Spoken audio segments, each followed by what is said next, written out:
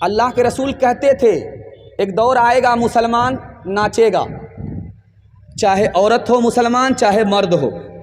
اللہ کے رسول کہا کرتے تھے، لوگ سنا کرتے تھے۔ بدقسمتی ہے ہم لوگ ایسے دور میں پیدا ہوئے، اپنی آنکھ سے دیکھ رہے۔ ڈی جے کا ڈانس چلتا ہے نکاح کے اوپر، اور اس میں علی نام کا لڑکا ڈانس کرتا ہے اور فاطمہ نام کی لڑکی ڈانس کرتی ہے۔ قیامت نہیں ہے تو اور کیا ہے؟ ڈی جے کا ڈانس چل رہا تھا، ایک آدمی پیسہ لٹاتے ہوئے بولا واہ رے لڑکی کیا ڈانس کیا۔ بغل کا ایک آدمی بولا وہ لڑکی نہیں ہے لڑکا ہے۔ یہ آدمی بولتا سوری میڈم غلطی ہو گئی، تو وہ آدمی بولتا میں میڈم نہیں ہوں، اسی لڑکے کا باپ ہوں۔ جسم پر لباس کی کمی عجیب لگتی ہے، مجھے امیر باپ کی بیٹی غریب لگتی ہے، جسے آنچل بھی نہیں سر کا سنبھالا جاتا، اس سے کیا خاک تیرے گھر کی حفاظت ہوگی۔ کس نے مردوں کو گھٹایا اور زنانہ کر دیا، کس نے لڑکی کو بڑھایا اور لڑکا کر دیا۔ مرد کا سب دبدبا اور روب اب جاتا رہا، مرد کا سب دبدبا اور روب اب جاتا رہا، مرد کا سب دبدبا روب اب جاتا رہا۔ کس قدر فیشن نے ان کا حال پتلا کر دیا، کس قدر فیشن نے ان کا حال پتلا کر دیا۔ اپنی عورت ہوگی اس کو سر پر بٹھائیں گے، بالکل صحیح جا رہا، دونوں ہاتھ اٹھا دیجئے انشاءاللہ۔ ہاں اٹھائیے، پہلی فرصت میں حکومت جائے گی۔ کنیا کے بھی ماموں دولہا کے بھی ماموں، جہاں ہاتھ اٹھانے کے لیے کہا جا رہا ادھر سے بھی ہاتھ اٹھا رہے ہیں، ادھر سے بھی ہاتھ اٹھا رہے ہیں۔ میں برابر دیکھ رہا ہوں کہ یہ پنڈال میں ہے یا سسرال میں، لیکن پنڈال میں کم ہے سسرال میں زیادہ ہے۔ اللہ پریم نگر کو سسرال کو سلامت رکھے۔ ایک رات سن لیجئے جاتے جاتے، جلسہ تو آپ کا بہت اچھا ہوا، اتنا اچھا ہوا کہ میرا دل خوش ہو گیا، اور آپ کے لیے دل سے دعا کرتا ہوں اللہ آپ کی جوان بیٹی کے لیے، کنواری بیٹی کے لیے غیب سے مناسب جوڑے کا انتظام فرمائے۔ چلتے چلاتے ہوئے عورتوں کے حوالے سے ایک پیغام آپ کے سامنے رکھنے کے لیے جا رہا ہے، اس کو بہت دھیان سے سنیے گا۔ بیٹا بھی آپ کا ہے، بیٹی بھی آپ کی ہے، لیکن بیٹا سے زیادہ بیٹی کو پڑھائیے گا۔ یہ راز آپ کو بتا رہا ہوں، جلسے میں زندگی بھر کام آئے۔ جیسے آپ کا بیٹا انسان ہے اسی طرح آپ کی بیٹی انسان ہے۔ اگر بیٹی کو نہیں پڑھائیں گے تو آپ کی بیٹی جانور سے بدتر ہو جائے۔ جیسے آپ کا بیٹا مسلمان ہے اسی طرح آپ کی بیٹی مسلمان ہے۔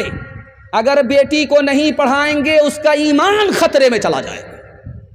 دنیا کی سب سے بڑی دولت ایمان کے بعد عورت ہے، آپ کی بیٹی ہے جو دنیا کی سب سے بڑی دولت ہے۔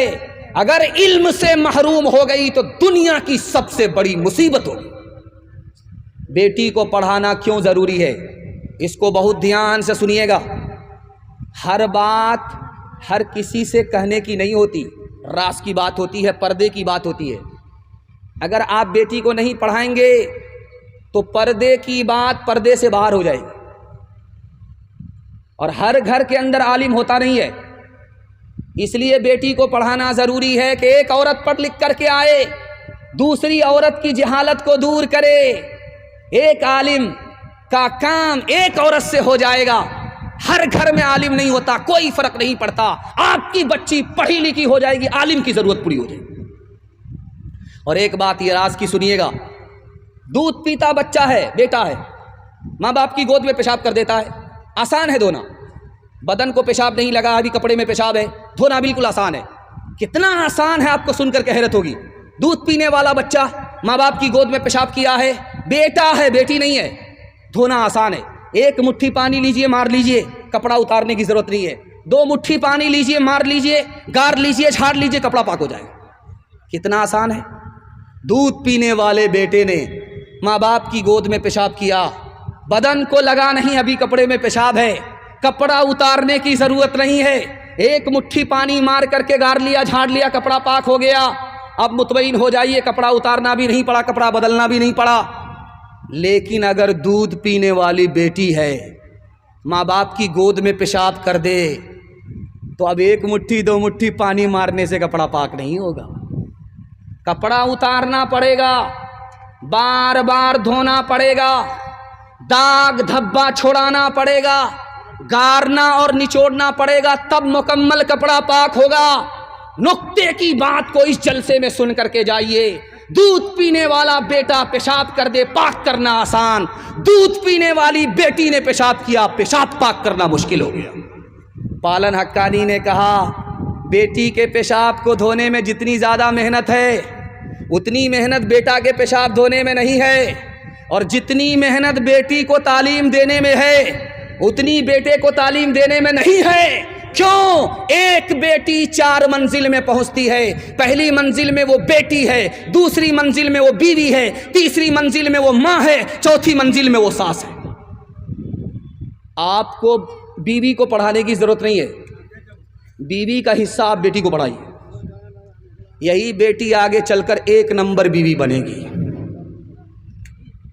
ماں کو پڑھانے کی ضرورت نہیں ہے، ماں کا حصہ آپ بیٹی کو پڑھا دیجئے، یہی بیٹی آگے چل کر 1 نمبر ماں بنے گی. ساس کو پڑھانے کی ضرورت نہیں ہے، ساس کا حصہ آپ بیٹی کو پڑھا دیجئے، یہی بیٹی آگے چل کر 1 نمبر ساس بنے گی. ہاتھ اٹھائیے، وعدہ کیجئے بیٹے سے زیادہ بیٹی کو پڑھائیں گے. ہاتھ اٹھائیے انشاءاللہ. حج میں جانے سے پہلے بیٹا کو مالا مال کریں گے، بیٹی کو کنگال کریں گے. ہاتھ اٹھائیے انشاءاللہ. خیر ماشاءاللہ. یہ چاہے تو جنت ہی گھر کو بنا دے، یہ چاہے تو دوزخ ہی اس کو بنا دے. ایک مثال اس پر اس پیغام کو ختم کر رہا ہوں. امید سے زیادہ آپ نے سنا ہے، اور آپ کی بیٹی کے واسطے میں دعا کرتا ہوں اللہ فاطمہ اور عائشہ کا نمونہ بنائے. ابھی تھوڑی دیر کے بعد صبح ہو جائے گی، جلسہ رات نکل گئی، رات بہت چھوٹی ہوتی ہے، اب صبح تھوڑی دیر میں ہو جائے گی. تو ایک بادشاہ، اس کو 4 بیوی، معلوم کرنا تھا کہ جاہل کون ہے، پڑھی لکھی کون ہے. صبح ہونے والی تھی، آ کر کے پوچھا ایک بیوی سے صبح ہو رہی ہے؟ کہاں ہو رہی ہے؟ کہا کیسے پتا چلا؟ کا منہ میں پان تھا، مزہ بدل گیا. سبحان اللہ، بڑا خوش ہوا، بہت نفیس ہے، بہت پڑھی لکھی ہے. دوسری بیوی کے پاس آ کر کے پوچھا صبح ہو رہی ہے؟ کہاں ہو رہی ہے؟ کہا کیسے پتا چلا؟ کہا ناک میں نت تھی، ٹھنڈی پڑ گئی. سبحان اللہ، بڑا خوش ہوا. تیسری بیوی کے پاس آ کر کے پوچھا صبح ہو رہی ہے؟ کہاں ہو رہی ہے؟ کہا کیسے پتا چلا؟ کہا لالٹین کی روشنی دھیمی پڑ گئی، اس سے پتا چلا صبح ہو رہی ہے. بڑا خوش ہوا کہ سبحان اللہ، ہماری بیوی پڑھی لکھی ہے. اب آیا اس بیوی کے پاس جو جاہل کی اماں تھی، تمام جاہلوں کی خالہ تھی، سب سے بڑی جاہل تھی، انگوٹھا ٹیک تھی. باپ نے وستانیہ فوقانیہ صرف کرایا تھا، نہ پڑھنا جانتی تھی نہ لکھنا جانتی تھی. اس جاہل کے پاس آ کر کے بادشاہ پوچھتا ہے کہ صبح ہو رہی ہے؟ کہاں ہو رہی ہے؟ کیا کیسے پتا چلا؟ جیسے روز پتا چلتا ہے. کیا روز کیسے پتا چلا؟ اب پیشاب آ رہا ہے، پخانہ آ رہا ہے، جیسے روز پتا چلتا ہے ویسے آج پتا چل رہا ہے. یہ چاہے تو جنت ہی گھر کو بنا دے، یہ چاہے تو دوزخ ہی اس کو بنا دے، یہ چاہے تو عزت ہماری کرا دے، یہ چاہے تو ذلت میں ہم کو گرا دے، یہ چاہے تو رسوا زمانے میں کر دے، یہ چاہے تو عزت کے پھٹ جائے پردے. زمانے کی رفتار،